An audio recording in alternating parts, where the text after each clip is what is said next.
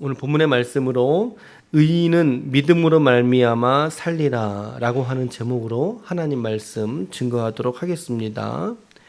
어제 말씀에서 예언자는 하나님에게 두 번째의 질문을 드리게 되죠.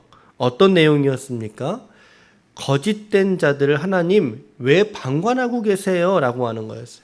악인이 의로운 사람을 삼키는데도 왜 잠잠히 계십니까? 왜 하나님 일을 하지 않습니까? 라고 하는 질문을 드리게 되죠. 그 질문을 드리고 나서 예언자가 했던 행위는 뭐였어요? 2장 1절 말씀이었습니다. 2장 1절 같이 한번 읽어볼게요. 시작. 내가 내 파수하는 곳에 서며 성루에 서리라. 그가 내게 무엇이라 말씀하실는지 기다리고 바라보며 나의 질문에 대하여 어떻게 대답하실는지 보리라. 제가 세 가지의 적용을 말씀을 드렸죠. 내가 있어야 될 곳을 지켜야 된다. 가장 기본입니다. 기초라는 거죠.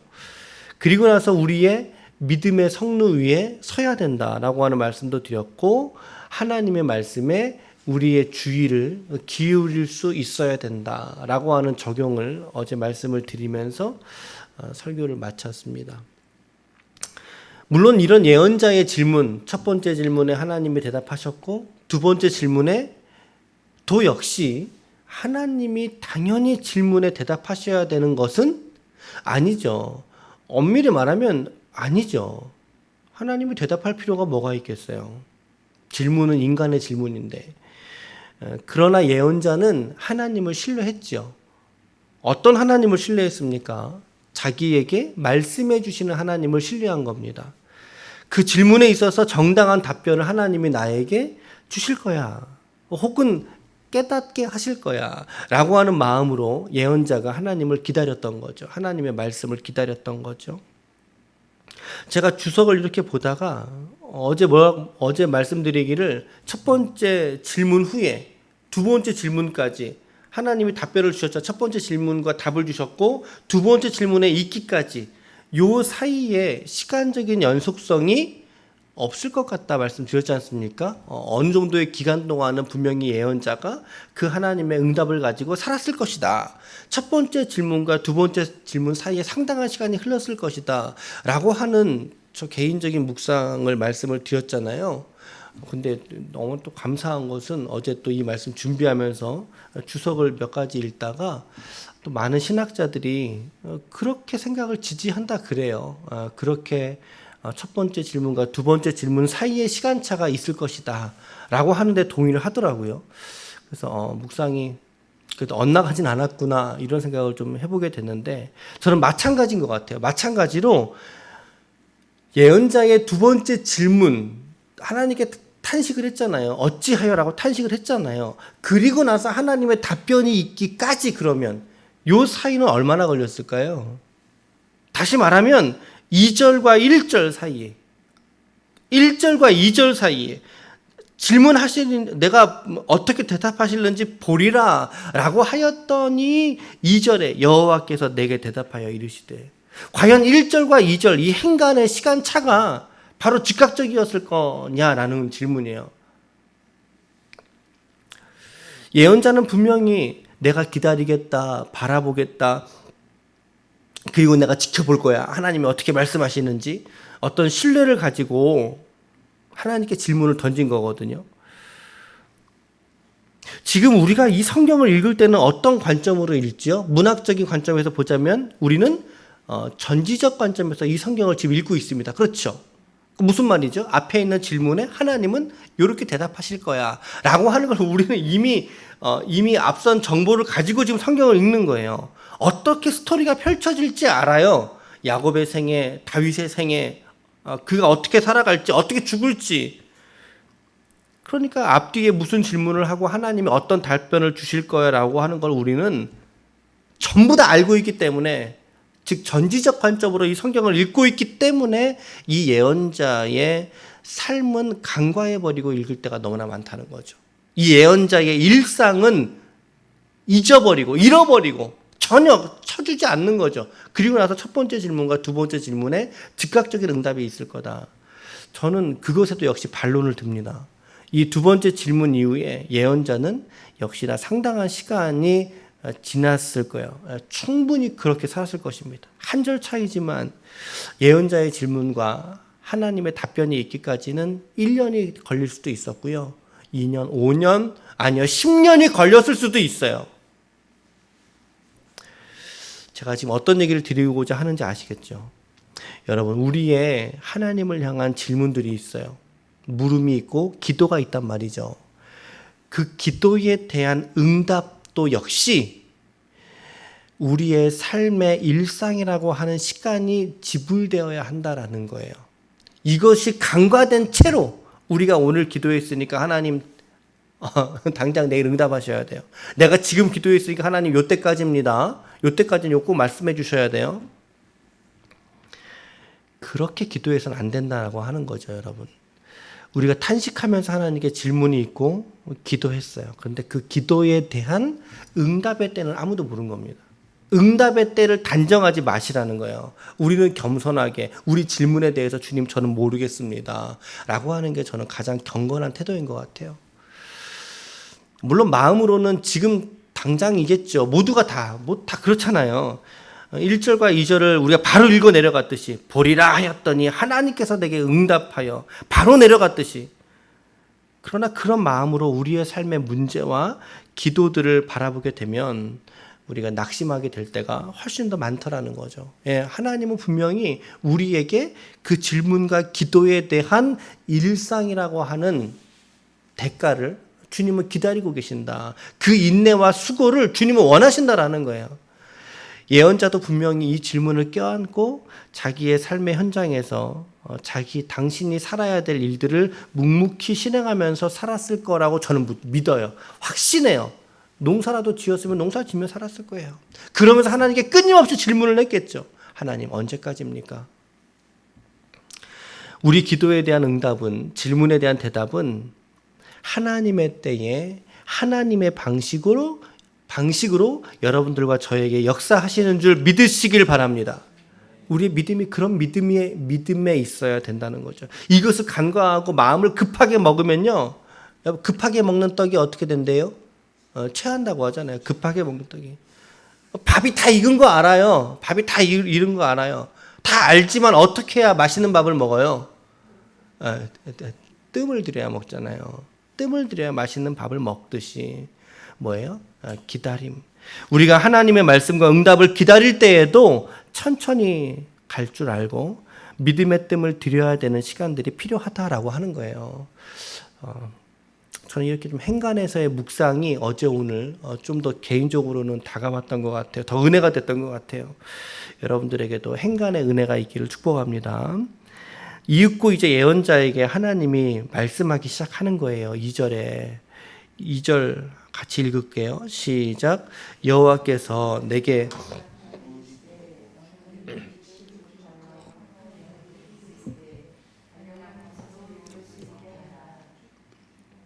그렇죠. 명백히 새기되 달려가면서도 읽을 수 있게 하라.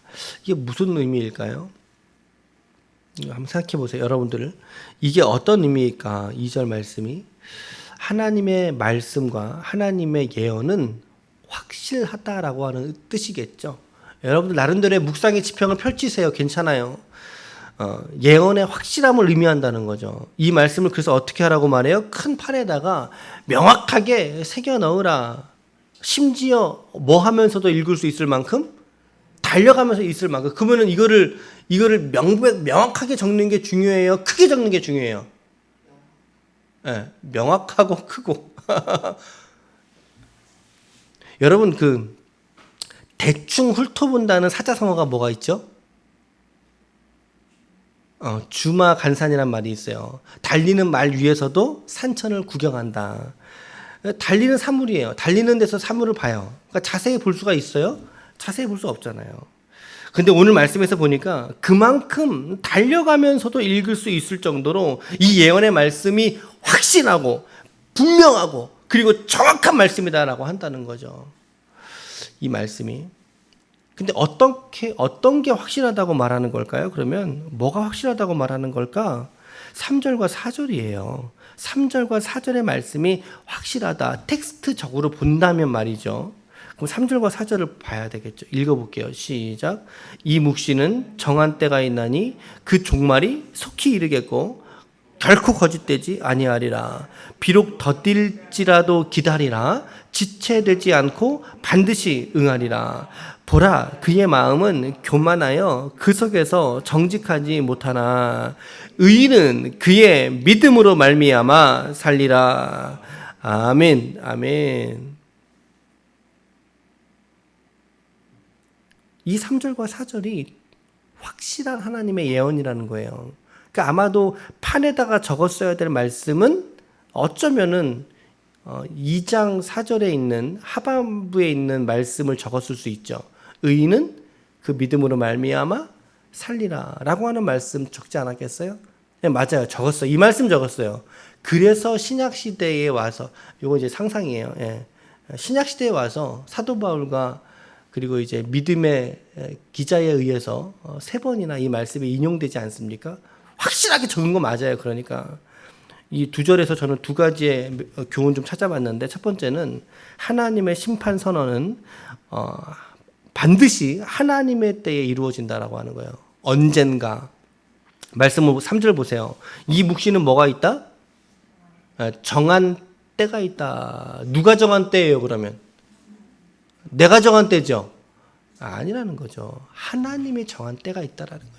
하나님의 약속의 말씀이 성취되는 시점은 하나님의 정한 때가 있다라는 거예요. 할렐루야. 오늘 여러분과 제가 이 하나님의 정한 때를 믿음으로 볼 수 있는 시선이 있기를 축복합니다. 정한 때가 있어요. 그리고 뭐라 그러죠? 마지막 부분에 가면 지체되지 않고 반드시 뭐한다? 응한다. 응한다. 상응한다 그 말이죠. 성취된다 그 말이죠. 근데 그 앞에 어떤 대가가 있어요. 보니까 어떤 조건이 붙어 있죠. 어떤 조건이에요? 그렇죠. 기다리라는 거예요. 기다리라. 우리 인간의 관점에서 볼 때 그 일이 속히 이루어지지 않는다. 그러니까 우리 눈에는 더디게만 보이는 거죠. 하나님 이거 언제 되는 거예요? 언제 해주실 거예요? 이 기도가 도대체 응답이 있기나 한 것입니까? 라고 하는 기도가 여러분들에게 있지 않으세요, 혹시? 여러분 기도하실 때 다급하지 않게 기도하셨으면 좋겠어요. 다급하지 않게. 저도 마음 같아서는 그냥 우리 기쁨의 교회가 한 수년 내에 신도본 교회처럼 부흥되면 얼마나 좋겠어요. 누구 좀 아멘 좀 해보세요. 누구라도 좀 아멘을 좀 해보세요. 정말 수년 내에 주님 이렇게 일으켜 주옵소서. 얼마나 좋겠어요. 근데 제게 소원이 있어요. 교회의 외적 성장으로 교회가 커 나가는 것보다 여러분들의 심령이 부흥되기를 원합니다. 아멘. 여러분들이 성장하는 게 교회가 성장하는, 교회의 본질은 여러분들이잖아요. 여러분들이 성장하는 게 곧 교회의 성장이잖아요. 여러분들이 성장하는 거, 그게 저의 소원이에요. 그러니 그 일에 시간이 걸리겠어요? 안 걸리겠어요? 얼마나 걸리겠어요? 너무 멀리 가지 마시고 곧 수년 내 주여 부흥케 하소서. 아멘. 시간이 걸리죠. 당연히 걸리죠. 여러분들이 성장하는 거에도 시간이 걸린다면 여러분들이 기도하는 기도의 제목에 또 시간은 걸리겠어요? 안 걸리겠어요? 걸리잖아요. 걸린다 이 말이에요. 그 시간이 걸리는 일에 지금 우리의 육신의 안목으로 보고 포기해서는 안 된다 이 말이죠. 판단해서는 안 된다는 거죠. 이걸 예단이라고 하잖아요. 미리 판단해 버린다. 그렇게 하면 안 되는 거예요. 영적인 일에, 특별히 기도하는 일에 우리가 시간을 들이고 우리의 인내가 지불될 때에 하나님은 뭐라고요? 반드시 응답하시는 하나님이신 줄 믿으시길 바랍니다. 하나님은 여러분들의 기도에 귀를 기울이시고 네 말이 내 귀에 들린 대로 네게 행하리라 라고 하시는 약속의 하나님이시잖아요. 정한 때에. 두 번째는요, 정말 유명한 말씀이죠. 신약 성경에 로마서 1장, 갈라디아서 3장, 히브리서 10장. 로마서 갈라디아서는 사도 바울의 저서고 히브리서는 일단은 작자가 미상입니다. 신약 성경에 3번이나 이 말씀이 기록되어져 있고, 그리고 구약 성경 중에서도 황금률, 마음과 뜻과 정성을 다하여 하나님을 사랑하라라고 하는 황금줄과 함께 정말 우리 신자들에게 유명하게 알려진 말씀이 이 말씀이지 않습니까? 자, 시작. 의인은 믿음으로 말미암아 살리라. 그렇죠? 의인은 믿음으로 말미암아 살리라.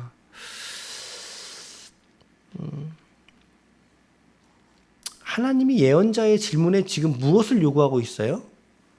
믿음을 요구하고 계신다라고 하는 거 발견할 수 있겠죠. 믿음을 요구하고 계시는데 어떤 믿음이어야 할까냐는 거죠. 어떤 믿음이어야 할까요, 여러분? 방금 앞에서 말씀하신 것을 신뢰하는 믿음이 필요하다는 거예요. 성경 속에 우리가 텍스트적으로 보자면 텍스트에 너무 매이는 건가? 텍스트 우리가 관찰해 본다면 믿음으로 말미암아 살리라. 어떤 믿음이요? 바로 앞전에 이야기한 것을 붙드는 믿음이 필요하다는 거예요. 그게 3절이잖아요. 다시 한번 읽어볼게요. 이 묵시는 정한 때가 있나니 그 종말이 속히 이르겠고 결코 거짓되지 아니할 거야. 비록 더딜지라도 기다려라. 지체되지 않고 반드시 응할 거야. 라고 하는 이 말씀이 그의 믿음이 되어야 한다는 거예요. 예언자의 믿음이 그의 믿음으로 말미암아 살리라. 여러분, 이 말씀을 오늘 저와 여러분들도 붙들 수 있는 생명의 말씀, 언약의 말씀 될 수 있기를 축복합니다. 하나님은 반드시 이루실 거라는 거죠. 우리가 이 지점을 지나가면서는 믿음이 그러면 뭐냐라고 하는 질문 여러분 생각해 보셔야 돼요. 그냥 넘어가시면 안 되고 여러분들의 몫입니다. 일면은 여러분들의 몫이에요. 꼭 생각해 보세요. 오늘 믿음이 뭐지? 나는 믿음으로 살고 있는 거야? 라고 하는 거. 성경은 히브리서 11장 1절 말씀에 보니까 여러분들 또 잘 아는 말씀이죠. 믿음은 바라는 것들의 실상이요 보이지 않는 것들의 증거라고 말하고 있는데 이걸 새 번역에서는 이렇게 번역했어요. 믿음은 바라는 것들의 확신입니다. 그리고 보이지 않는 것들의 증거입니다. 조금 더 와닿죠. 우리가 착각할 때가 참 많아요. 믿음이라는 게 어떤 추상적이거나 철학적인 개념으로 믿음을 잘못 이해하는 사람들이 너무나 많이 있어요. 그러니까 그 믿음이 그에게 어떤 실제적 가치가 되지 못하는 거죠. 그렇지 않아요, 여러분. 믿음이라는 것은요, 추상적인 게 아니에요. 아주 실제적인 거예요. 그의 내면에서의 안정과 그리고 확신에서 흘러나오는 평강이죠. 그래서 이 믿음이 있는 사람의 삶에는 이 신앙이 있는 사람의 삶에 큰 영향을 미치는 것이 바로 믿음이다. 그러니까 우리 신자들은 이 믿음으로 말미암아 살리라라고 이야기하잖아요. 믿음으로 말미암아 살리라. 그러니까 하박국은 자신의 믿는 바를 자신의 삶의 일상에서 반영해 내면서 살아가는 것이 바로 의인의 삶이다라고 지금 하박국서의 말씀을 정리하고 있는 거예요. 이것이 곧 우리 신자들의 삶이라는 거예요. 우리가 믿는 바, 우리 신앙에 믿는 바를 우리의 삶의 일상의 현장에서 반영해 내면서 살아가는 것이 바로 우리 신자들의 삶이다라고 하는 거죠. 바버라고 하는 신학자가 믿음을 이렇게 정리했어요. 믿음은 하나님의 섭리를 이해하는 열쇠이며 최종적으로는 성도가 환난과 핍박 속에서도 여호와를 찬양할 수 있는 힘이다라고 정의를 내렸어요. 이 사람한테는 그런데 여러분들에게는 어떠냐는 질문인 거죠. 여러분들에게 믿음은 무엇입니까? 믿음을 무엇이라고 여러분들은 정의를 내리시겠습니까? 그리고 여러분들이 갖고 있는 그 믿음이 여러분들에게 오늘 실제입니까? 라고 하는 질문에 우리가 오늘 서야 하겠다. 믿음은 철학이 아니에요. 믿음은 추상이 아니에요. 믿음은 실제이고 이것은 나를 억어하는 힘이 있어요. 억어가 뭐죠? 그 왜 말이나 소 위에다가 덜컹 씌우는 거 있잖아요. 씌워서 마차를 끌고 가게 하는 중간 거 있죠. 그게 억어거든요. 억어한다는 거거든요. 믿음은 나를 억어하는 힘이 있다니까요, 여러분. 나의 전 존재를 사로잡아버리는 하나님의 생명의 힘이, 그 능력이 오늘 믿음에 있는 줄 믿으시길 바랍니다. 그러니까 여러분과 저는 그 믿음으로 사는 거예요. 그 믿음으로. 특별히 텍스트적으로는 3절 말씀. 하나님이 하신다. 반드시 응한다. 라고 하는 믿음 놓치지 말라는 거죠. 내가 원하는 걸 언제가 들어주실 거야가 아니라, 그게 아니라 여러분, 의인은, 성도는 오늘을 믿음으로 삽니다. 믿음으로 살아냅니다. 믿음으로 살고야 맙니다. 그것이 의인의 삶이고 그것이 성도들의 삶입니다. 그것이 일상이 되어야 합니다. 오늘 우리 모두가 하나님의 말씀을 신뢰하고 붙드심으로 말미암아 정말 생명 되신 예수 그리스도를 굳게 그 십자가를 붙듦으로 말미암아 우리의 삶의 일상을 살아낼 수 있는 하나님의 거룩한 종들이 다 되시기를 예수님의 이름으로 간절히 축원합니다. 아멘. 이제 이후로 이제 2장 마지막 절까지가 바벨론에게 임할 5가지의 화 있을진저가 나옵니다. 5가지의 화 있을진저.